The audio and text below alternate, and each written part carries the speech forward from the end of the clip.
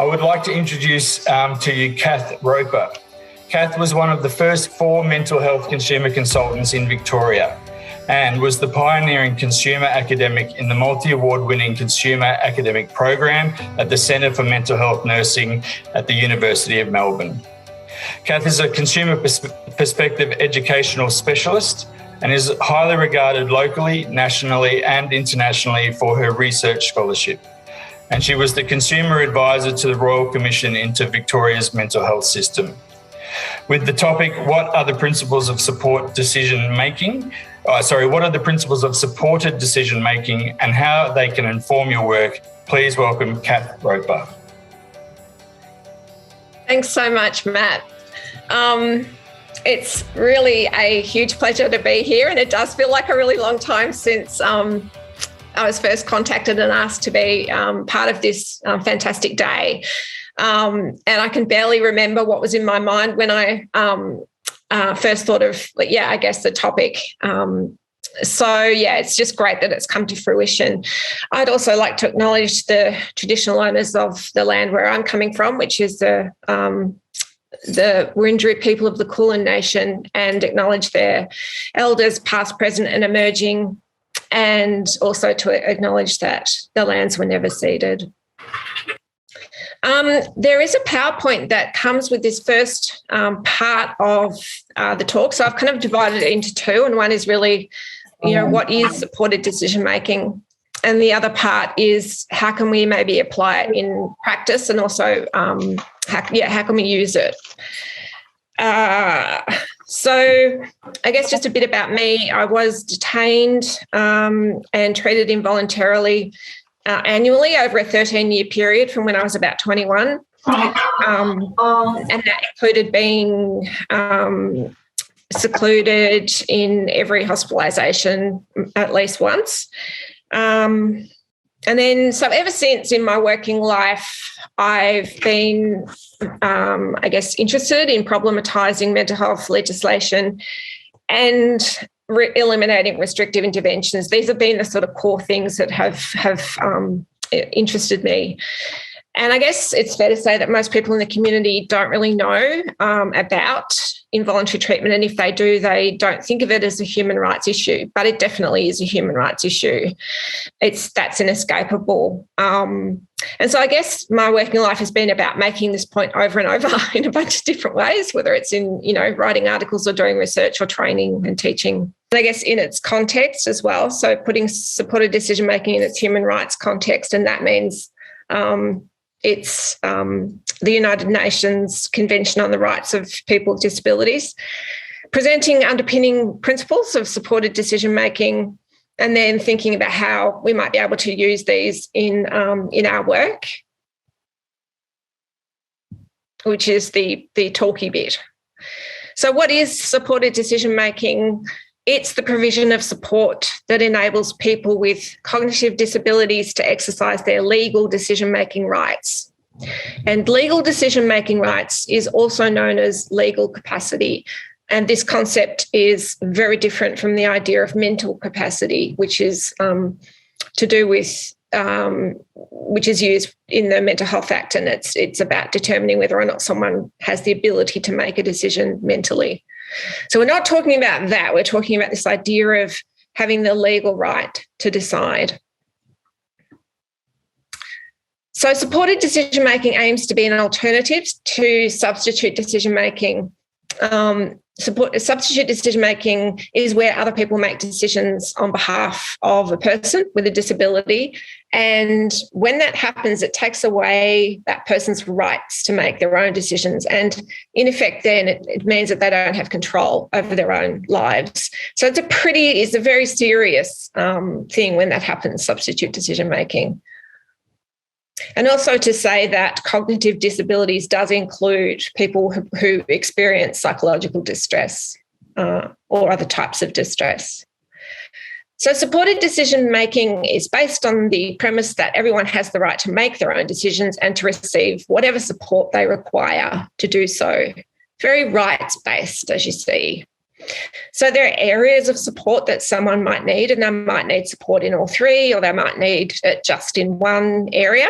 So, for example, supports to work out what you want and how and make choices. So if you don't know what your choices are, obviously you can't really make an informed decision.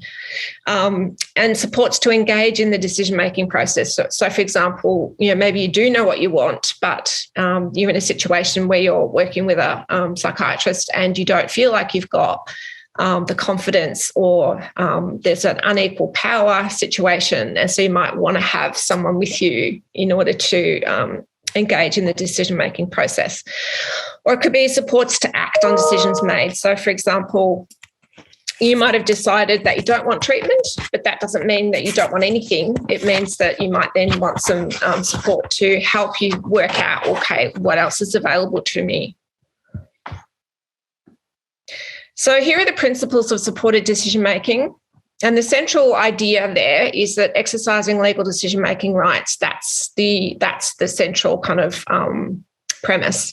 And then these other sort of petals around the sides are really reminders, ways to keep on sort of recalling and keeping to the centre this idea that we, even if someone's decision seems to us to be not that sensible, or someone's making decisions and then changing their mind all the time. These petals kind of remind us, but basically it's the other person's life, and they're in control. It's a way to remind us that they're ultimately in control of their own life. So why should we be thinking about supported decision-making in our spaces? And it's because people's legal right to decide, for example, about treatment, is so often in jeopardy, particularly in mental health. And I don't know the extent to which it is in AOD. And it gets, so people's decision-making does get overridden through psychiatrists making substitute decisions. But the other thing is, and I think this probably is relevant for people in the AOD sector as well, that people often lack everyday opportunities to work out what they want, to carry out those decisions. And so it's still really a useful frame, I think. So supported decision-making doesn't mean leaving people to die with their rights on, which we hear a lot, as if that's some kind of real argument, and it's not. It's a straw man argument. And it doesn't mean neglecting or standing idly by if our loved ones or the people that we work with are doing endangering things. That is not what it means. It does mean showing respect through connection and inquiry about what people do or don't want, so establishing preferences, and finding out if the person wants help from you or from someone else to figure out what they want, to communicate their preferences or to act on a decision that they've made. That's pretty much all they have in the PowerPoint. The last slide there is just the references. So I'll stop sharing. Can't believe I just did that. It's the first time I've ever shared screen in a presentation. So you can see me all again. I don't know if you can. Yes, nodding. Yes, excellent. Yep. That is so fabulous. And can someone tell me how much time I have? You have 10 minutes, and you'll see Matthew appear back on your screen in the last 2 minutes. That is so awesome, because I timed it for 10 and 10. So beautiful. Okay, so we've said how great supported decision-making is, but the reality is that there are kind of interlocking barriers that can make supported decision-making quite difficult to put into practice and to champion in mental health contexts particularly. So some people have even argued you shouldn't and you can't. And in some ways I kind of agree with that because, you can't necessarily do supported decision-making if there's coercion. And Tina Minkowitz particularly makes these arguments really cogently and really well. So if you're interested in following up, she's a really great person to track down and read up on. And it's similar, I think, in many ways to the argument that you can't really provide peer support according to its true values, working in coercive contexts. But then the other side is, well, we've got to do something. And I guess that's where my heart really lies, that tricky and all as it is, it's better to be in there while we've got these coercive situations, I think, for peers to be in there in numbers. The more numbers, the better. So what are the barriers? The biggest barrier is obviously mental health legislation that allows these substituted decision-making in the first place, that affects our bodies and our liberty. And the next biggest barrier, I think, is the dominance of the biogenetic paradigm. And you just have to consider the sort of public health narratives around, the 1 in 4 or, this idea of mental health literacy to realise how pervasive that kind of construct is. And it's very difficult to hold another way of understanding your experiences other than this illness sort of metaphor. And so that then has a huge impact on how we define risk and who defines it, for example, and, what decisions are risky and what ones aren't.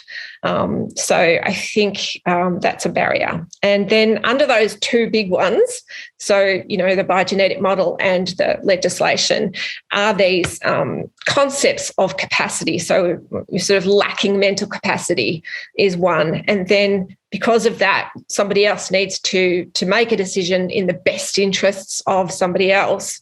And then the third part is this idea of necessary treatment, which is a medical idea. So this idea that making sure that, you can intervene and provide necessary treatment.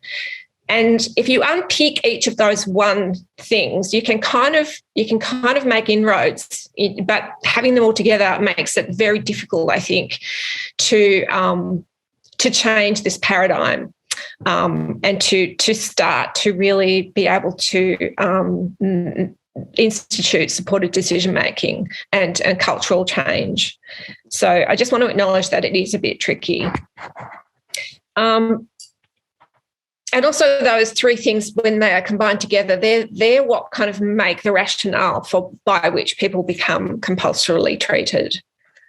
So putting aside those barriers for a minute and acknowledging that they're there, I guess the first thing to say is that supported decision-making is, I think, completely consistent with peer practices, and that's not really a surprise because both came about through very strong disability activism, and both therefore are rooted in human rights, and both are about respecting people's self-determination, and they don't locate problems inside people. They are approaches that very much take account of the social context of people's lives. I love this quote from the Southeastern New South Wales Lived Experience Peer Framework, which came out a couple of months ago. And they say, lived experience work is like a tree with its roots firmly grounded in social justice, human rights, and addressing stigma and discrimination. I think that's really, for me, I like that tree image. Both approaches aim to foster communities that welcome diversity, and peer practices acknowledge the inequalities in people's lives and the uneven access that people might have to resources. Peer workers tend to be politicised as well around those issues, rather than thinking about diagnoses and deficits. So supported decision-making, I think, can provide a solid human rights foundation to inform practice and really kind of like shore up what is already our intentional kind of peer support, for example, practice. I think it also helps to prevent drift into thinking, so for example, that we're mental health workers, which a long time ago now, Sandy Watson really drew our attention to at a conference where she spoke about, and this is a quote, "The discipline of recovery, peer work entails facilitating self-directed recovery. It's not about providing care. Rather, it's about facilitating a service user's ability to self-care." I think this is a really, really crucial distinction. It's so easy to kind of forget. So I think self-supported decision-making can help remember that. And it can inform systemic advocacy around the importance of decision-making and culture change. So we can sort of use it as a flag I think, wave the flag of supported decision-making. I think it can also inform individual advocacy efforts, and we can also share this knowledge about supported decision-making with consumers that we work with, and with our peers, our peer workforces, and that it can help us identify. We can even use it to help identify allies, like if we're working with non-consumers and we can sort of see, that person's got a handle on human rights and they're sort of got a handle on advocacy, and they might not call it supported decision making, but maybe they are really good at advocacy. And you can also use it for I think arguing for truly non-coercive alternatives, because ultimately that's the only sort of space, I guess, the only way you can truly kind of have supported decision making is if it's not coercive at all. Okay, and this is obviously particularly important in mental health because we are often working in legislated contexts, and so this human rights focus is so important. And we are often horribly engaged in dirty hands practices simply by being forced into bystander positions, where we can't really do much, but we have to soak it up in some way. We're witnesses, and I think that's an incredibly difficult position to be in. I guess the next thing is supported decision-making does provide a rationale and a framework to remind other people about the scope of our roles. And I think this is maybe where it's most useful of all, so that we can work with non-consumers to really introduce them to these concepts. That's what I've found. I guess I've been in a fairly lucky position, not being sort of like, it's been a long time since I've kind of been at the coalface, but being able to use these principles to educate and support the non-peer workforce. So we can take every opportunity that we can to observe beneficence, this idea of, for your own good, where we work, and kind of notice everything about that culture that we see, where people kind of aren't able to make their own decisions, and kind of like be steeped in and be able to analyse that, and so that we're in a kind of knowledgeable position and work out what we might be able to do about that, and how we can contribute to cultures that question coercive practices. To see how we can upstand for people's autonomy and self-determination, and where people get to exercise their legal decision-making rights, and encourage other people to upstand. So to encourage the non sort of peer staff to be able to upstand. What would it take to do that, and what would it look like if people started to be able to upstand? And what kind of would we need from organisations? What kind of authorising environments would we need in order for staff to be upstanding in that way? Like, it would need to look very different. Creating safe spaces as well for non-peer workforces or people that you work with to mutually share the situations that they find hardest to uphold people's self-determination. So that's a bit about kind of like having a safe space. I think often people don't have safe spaces to kind of work through some of these issues that are pretty painful. And what kind of support, if any, would help people to be upstanders, and try and make a culture that is about supporting people's decisions and their autonomy and their self-determination and their rights.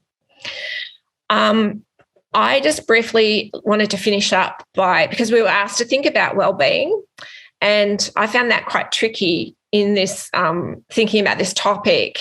And so I thought about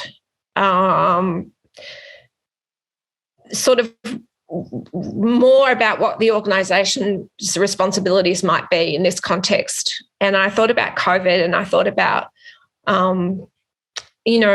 a lot of workers have been really devastated to see people's rights even more imperiled over COVID, and around visitors and leave and kind of things to do and like all that stuff. And some lived experience workforces hearing how they'd been kind of left behind, where actually that could have been a real bonus. And many new workers, for example, didn't get the support that they would have needed. And this at a time when people in crisis just needed kind of peer workers a lot, and like more than ever.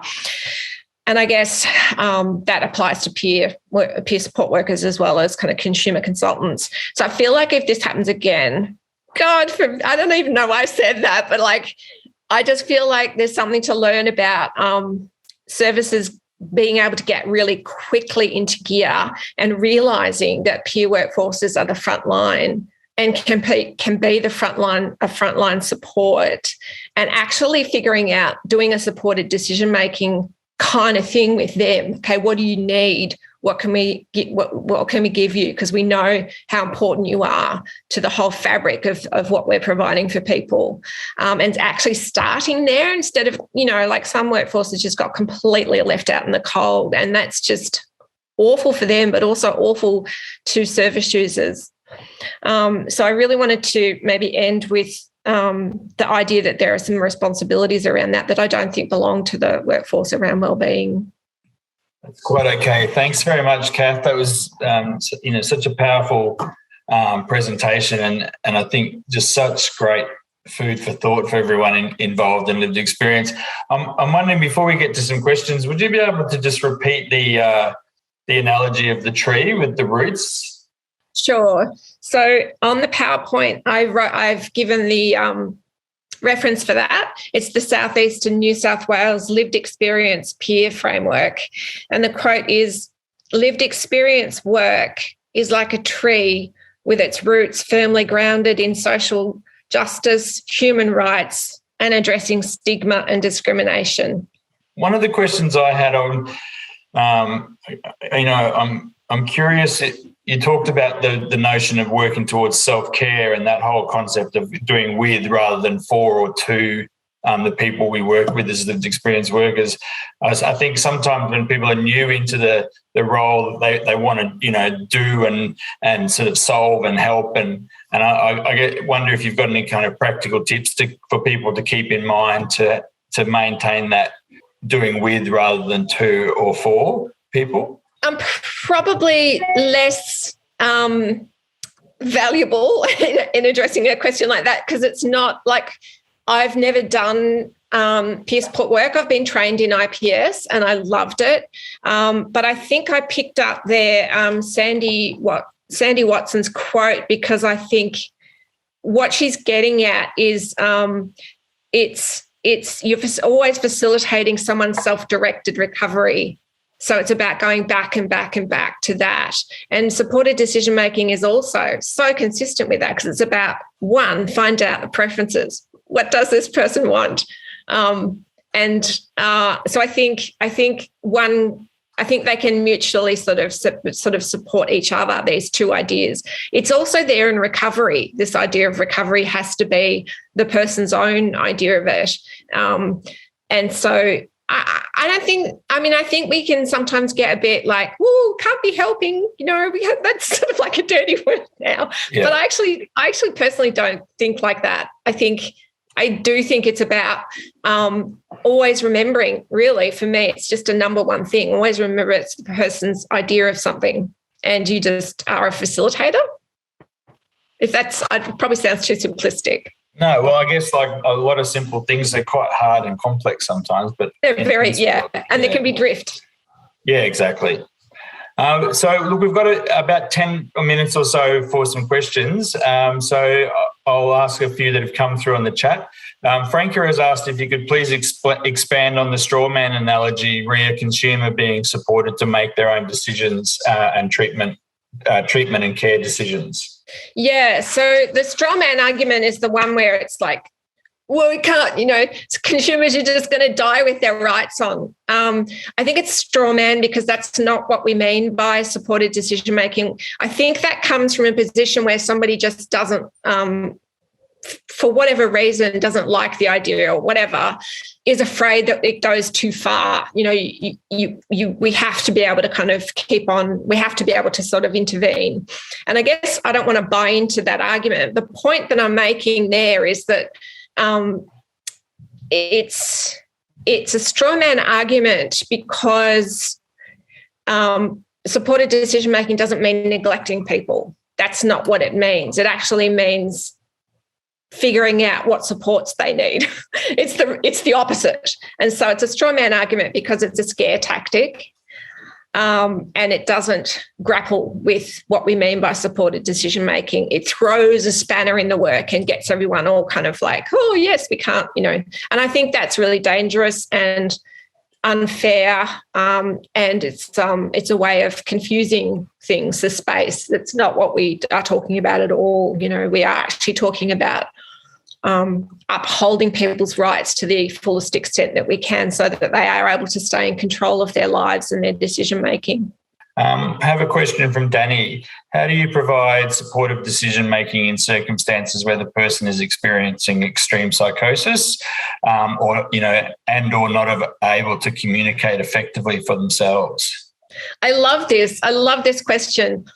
I think supported decision-making is, because it's come out of a cognitive disability sector, a lot of the work has, it's brilliant when we're thinking about people who are not traditionally, other people would say are not communicating traditionally in that sort of traditional kind of way. And so some people like Michael Bark talk about the space in between. So they talk about everything is relational. And so as soon as you have two people in conversation, and a conversation can be like gestures, or it doesn't have to be words, it can be however that person is communicating, that it's the relationship in which they can communicate. Like in most instances, someone can still communicate what they don't want. That's very clear. Just because you might disagree with that as a practitioner, for example, that doesn't mean the person hasn't communicated. They actually have communicated, no, I don't want treatment, or, whatever. What happens after that might be something else again. But I feel like it's very, I can't conceive myself of a situation where a person can't at least communicate their desires. It's what other people around can put up with then, or, disagree or whatever. Like there's a whole other space that then happens after that. But I do think that the huge advantage of supported decision-making is that it's really built on cognitive deficit. That means that it's all about finding out, using every means possible to find out what it is that a person does want or doesn't want.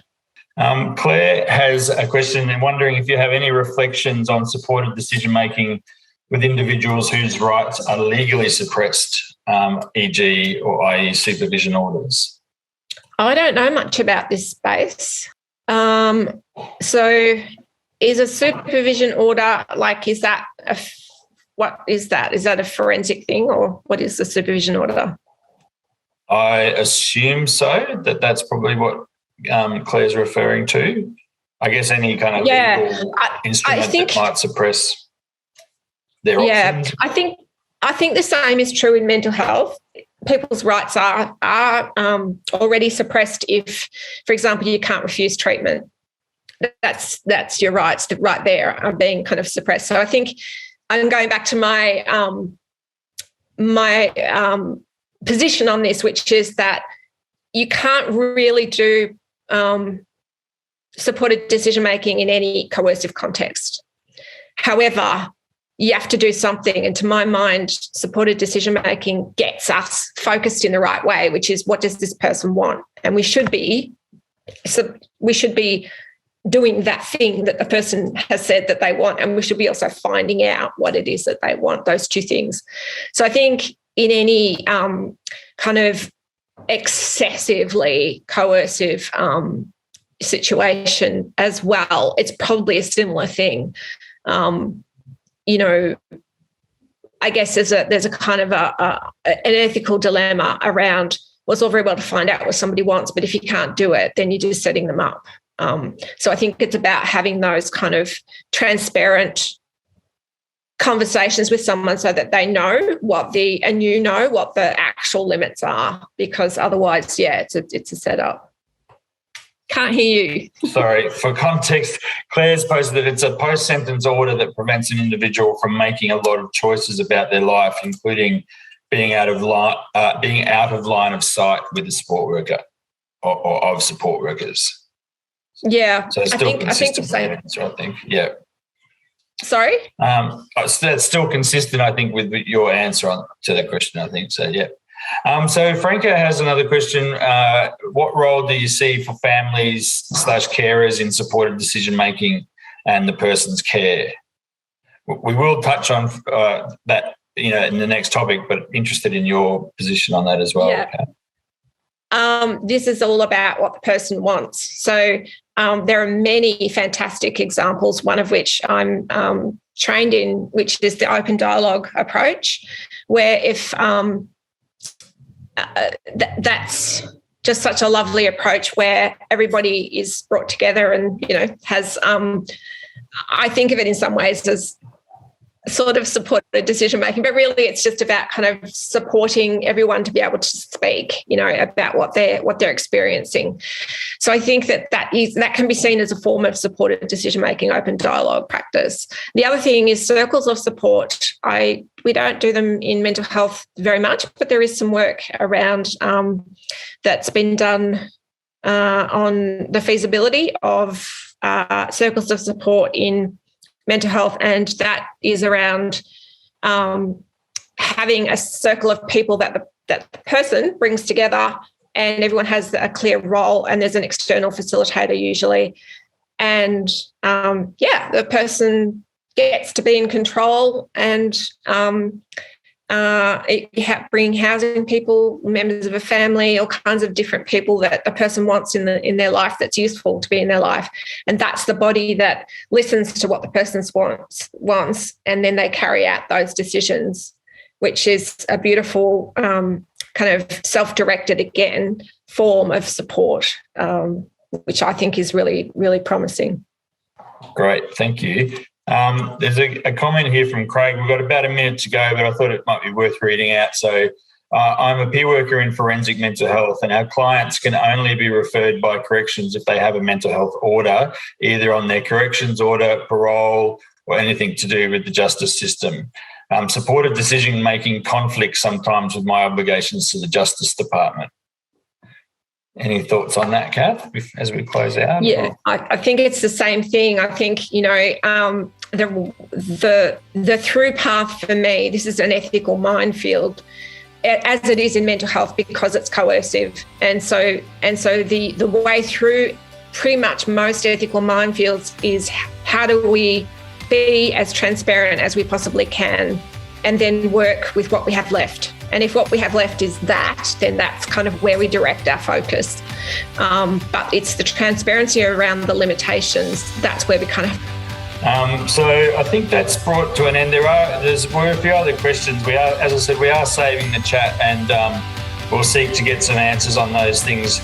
But like any, complex and delicate subject, it's impossible to do it full justice in a short period of time. But thank you so much, Cath. I think there was some such great information in that. I really appreciate the work you've done. So thank you. Thank you. Thanks for the opportunity. Thanks.